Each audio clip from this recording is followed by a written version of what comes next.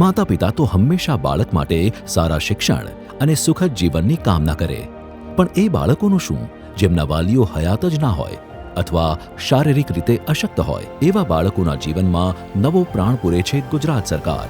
સામાજિક ન્યાય અને અધિકારિતા વિભાગ અંતર્ગત નિયામક સમાજ સુરક્ષા દ્વારા શરૂ થયેલ સ્પોન્સરશિપ યોજના દ્વારા, જે અંતર્ગત એવા બાળકો જે 1 માસ કે તેથી વધુ સમય સુધી બાળ સંભાળ ગૃહમાં રહેલા હોય તેવા બાળકો માટે તબીબી, પોષણ વિષયક, શૈક્ષણિક તથા બાળકોની પોતાના પરિવારમાં પુનઃસ્થાપન કરવા માટે સહાયક આર્થિક આધાર પૂરો પાડે છે ગુજરાત સરકાર.